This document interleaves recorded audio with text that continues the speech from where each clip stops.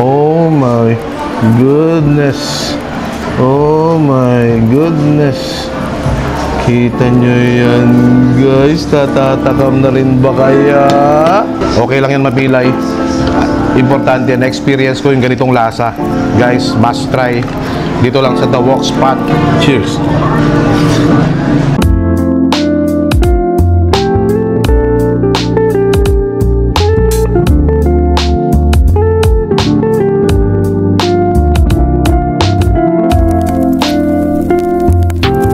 Ayan, good evening. Andito tayo ngayon sa The Wok Spot para matikman yung nagte-trending na crispy kare-kare at saka diniguan. Pero yung diniguan nila kasi, nakita ko lang sa picture na may kasama siyang bagnet.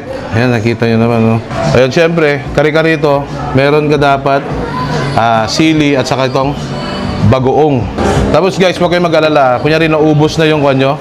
Naubos na tong sauce ng kare-kare nyo, pwede kayong mag-request ulit sa kanila. Itong kare-kare nila, 119 pesos.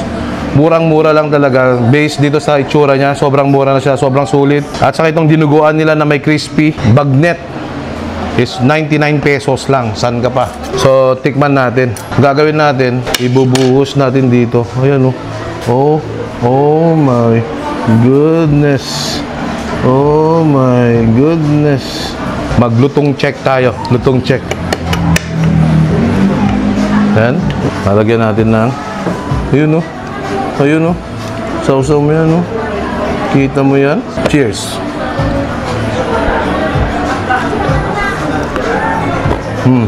Yung kari-kari nila, mafe-feel mo agad yung peanut. Very creamy. Masarap. Tapos itong bagnet niya, napakalutong, kaluluto ata to kasi nandun pa yung init niya.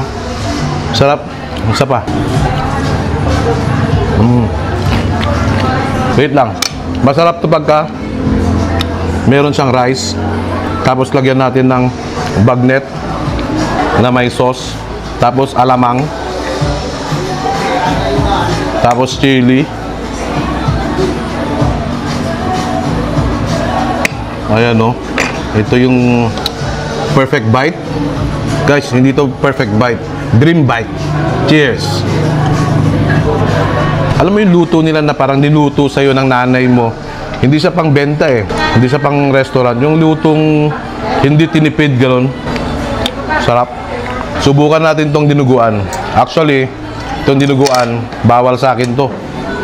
Yan, no, kasi lakas ng arthritis natin. Pero, kunin pa rin natin. Tikman natin. Bukod sa may karahay siya, may mga karne-karne pa rin siya, oh. Ayun, oh. Ayun, oh. Ayun, oh.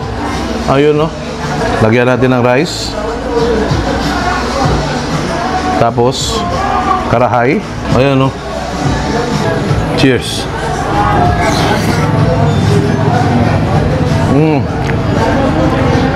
Gusto ko itong yung lasa ng dinuguan nila. Alam mo yun, meron siyang, ma-feel mo yung asim niya.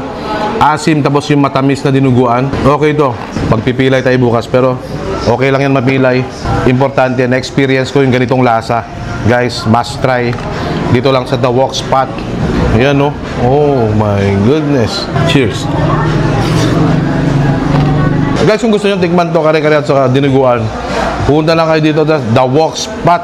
Nagulat talaga ako na sa inuman na lugar, dito ko lang pala matatagpuan yung mga ganitong lutong ulam na gusto. Lalo dito sa kare-kare. Kung gusto yung tikman ito, punta lang kayo dito sa may Alibabag. Hanapin nyo lang yung The Wok Spot.